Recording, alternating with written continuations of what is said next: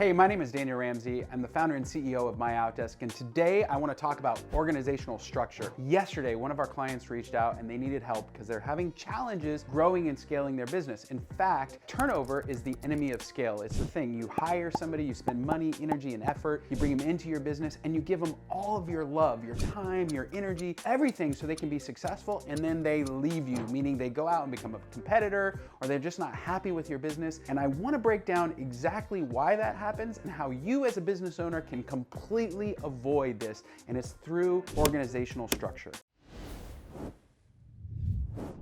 Okay, so a lot of people think that if I bring in really smart people, talent into my organization, I'll let them loose and they'll figure out everything and they're gonna help me grow and scale, but that is flawed. It's actually a mistake. What you wanna do is create organizational structure so you can help your business grow and scale. The issue is from stage, all the consultants and speakers, they all talk about hiring really, really smart people, and that's important, but it's the actual last step in building organizational structure. Organizational structure is simply defined as how your company will grow and scale over time without having dips or flats or losing a lot of your valuable talent, human capital inside your business. So first, the very first step in creating organizational structure is simply having a defined goal. Now, I know that sounds simple, but I can't tell you how many entrepreneurs and business owners who fail to articulate. And articulation means it's in writing. Maybe it's on your walls. Maybe you've created shirts with the goal in mind. And everybody within your organization knows exactly where you're heading in the future and how long it's gonna take. Now, in this step, you may also create budgets. You may also do org charts. You might also put it on the walls. Like, this is our goal as a company, and everybody inside that company knows that this is the goal. The beautiful thing about creating that goal is you don't want it to be a revenue thing. It shouldn't be a revenue goal. It should be more of a units or service goal, meaning I don't want to sell 10 houses. I want to serve 10 families to find the home of their dreams. I'm not interested in providing insurance services. I'm trying to protect 100 businesses from all the calamities that exist in the business landscape. So you want to find a goal that can bring the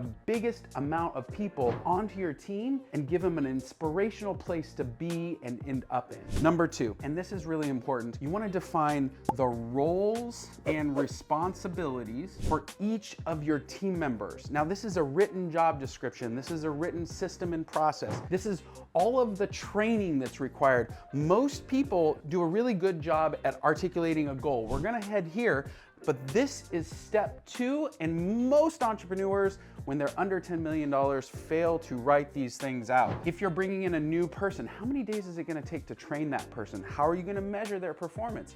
What exactly is gonna be their barometer for whether they're having success in the organization or failing to accomplish the goals of their individual contributor role? This is a big area of challenge for entrepreneurs because it requires hours and hours of writing, of thinking, of collaborating with your existing team. And the biggest area of opportunity for an entrepreneur is you put this in writing and you deliver it to an applicant before they ever even join the organization. So this is number two. It's a big area. It's very important for entrepreneurs to focus on writing these things down. The number three place is a scoreboard. I'm going to explain this one because most business owners will have a goal, will have a job description, but they fail to measure accurately whether or not the individual contributor's role is overall affecting the business. Meaning they measure maybe in revenue, maybe they measure in clients acquired, maybe they measure in campaigns for a marketing department.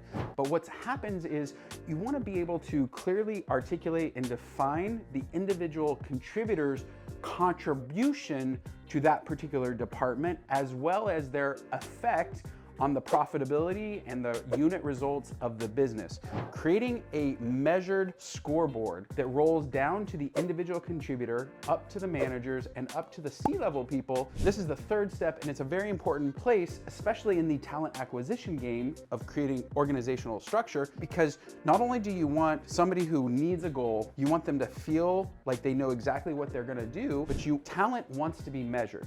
Really good talent wants to be accountable to a result result and they want a measurement system. They want to know that they're winning so they can go look at my results, here they are, and know that their results are standing on their own. The number 4 thing, and this one is more art than science, it's managing the energy inside of a business. Now, I'm gonna explain this like the actions and activity of all of the people inside the business. They're rowing on a boat in the same fashion. Let's assume you have 5 team members on one side of the boat, 5 team members on the other side of the boat, and everybody is rowing. Everybody is actually, maybe they're even singing a song, and they're all rowing together at the same rhythm with the same amount of force. Well, that boat is gonna go long and fast, right? And your competition might have half the boat rowing at a different speed than the other half. The challenge here in the energy space is you have to manage activities and actions and behaviors of the individual contributors on your team and your managers. Your managers are really important because their actions affect their entire team. And entrepreneurs fail to manage energy inside of a business when things are going really bad or really good.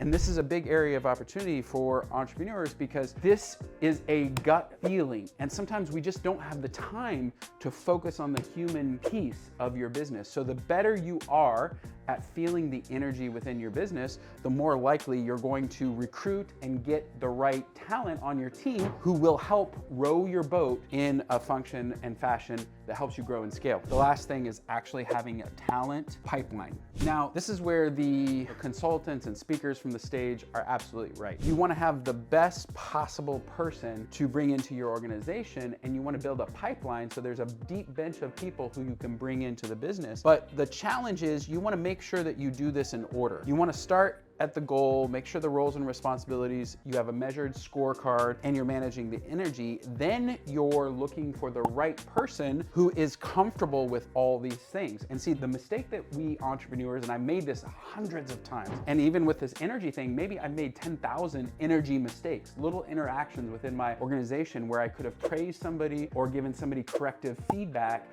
that would have made a big difference to the business. So I've made a lot of mistakes, and maybe you have too. But what you want to do is you want to make sure that all of these things are done in order, meaning you're thinking through who you're going to bring on the team prior to actually bringing them on the team. And then once all of these things are in place, now you're going out into the talent world and saying, hey, I have everything you need to win and succeed here. Now, the opportunity as you're bringing the organizational structure is hiring somebody who's done this stuff before, who've lived in a world of measuring results, who've lived in a world of positive interaction and behavior with an organization as it's grown and scaled, who understands what a goal is and what their individual part in that bigger goal would be. The best feeling in the world as an entrepreneur is to be in the boat, rowing with people who you love, who encourage you, who make you better, and really help you grow and scale your business. I hope this has been helpful to you as you're building your own company. And just remember, this is organizational structure is the bone marrow that builds your business. And if you focus on this and you do it in the right order, there's no way you can't help but grow and scale your company. As you're building organizational structure, the most important thing you do is pull in resources and think through your business and how it would work. If you have an existing team, what I'd like to do is offer you a copy of my book for free in the link below. Inside the book, there's a really cool page, it's page 36, that talks about building the roles and responsibility and an org chart for your business and how to do that with your existing team so that they can feel empowered to bring more people in so you can grow and scale your business. The book is actually Scaling Your Business with Mod Virtual Professionals, and I hope you enjoyed it and this video. If you liked it, click below, subscribe for more videos just like this on growing and scaling your business.